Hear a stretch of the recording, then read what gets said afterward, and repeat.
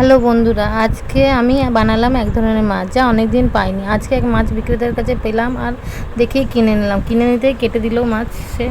আর মাছটা কী কী লাগবে দেখো, রসুন, টমেটো, পেঁয়াজ, লঙ্কা সবই কেটে রেখেছি আমি। বলো এটা কি মাছ তোমরা যদি কেউ জেনে থাকো। মাছটাকে ভালো করে ধুয়ে নুন হলুদ দিয়ে মাখিয়ে নিলাম, ভালো করে সুন্দর করে মাখিয়ে নিলাম। ঠিক আছে, দেখো রান্নাটা শুরু করি। প্রথমে আমি কড়াইয়ে তেল দিলাম, দেখো দিয়েছি পরিমাণ মতন তেল। তারপর তেলটা গরম হতে কাঁচা লঙ্কা ছেড়ে দিলাম। কাঁচা লঙ্কাটা একটু ভাজা ভাজা হতে পেঁয়াজটা দিয়ে দিলাম। ঠিক আছে, পেঁয়াজটা ভালো করে নাড়াচাড়া করে ভালো করে আমরা ভেজে নেব। ঠিক আছে,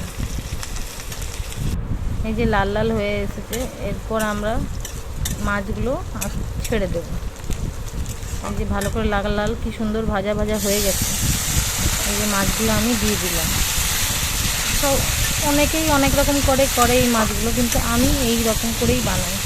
এই মাছগুলো সুন্দর করে একটু ভাজাভাজি করতে হচ্ছে, আমি একটু ভাজাভাজি করছি ভালো করে। তোমরা কেউ যদি খেয়ে থাকো, কেমন করে খেয়ে থাকো কমেন্ট করে আমাকে জানাবে। কেমন হয়েছে রান্নাটা সেটাও বলবো, যে আমি ভালো করতে পেরেছি কিনা।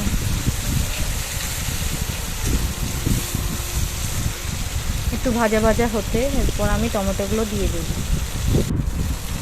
এই যে টমেটো আমি কেটে রেখেছি, দুটো টমেটো, লাল টমেটোর যা দাম তাও আমি টমেটো মাছটার জন্য স্পেশালি নিয়ে এসেছি।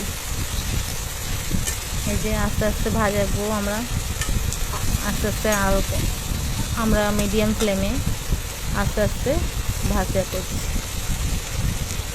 এরপর আমরা রসুন বাটাটা দিয়ে দেবো। দেখলেই তো রসুনটা ছাড়ানো ছিল, আমি বেটে নিলাম। এই যে রসুনটা দিয়ে তেলটায় আস্তে আস্তে নাড়াচাড়া করবো। এরপর নুন হলুদ আর লঙ্কা গুঁড়ো পরিমাণ মতন আমরা দিয়ে দেবো।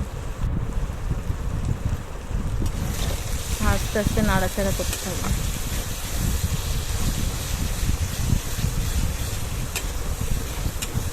এই যে আস্তে আস্তে হতে হতে হতে এই যে আমার মাছ রেডি।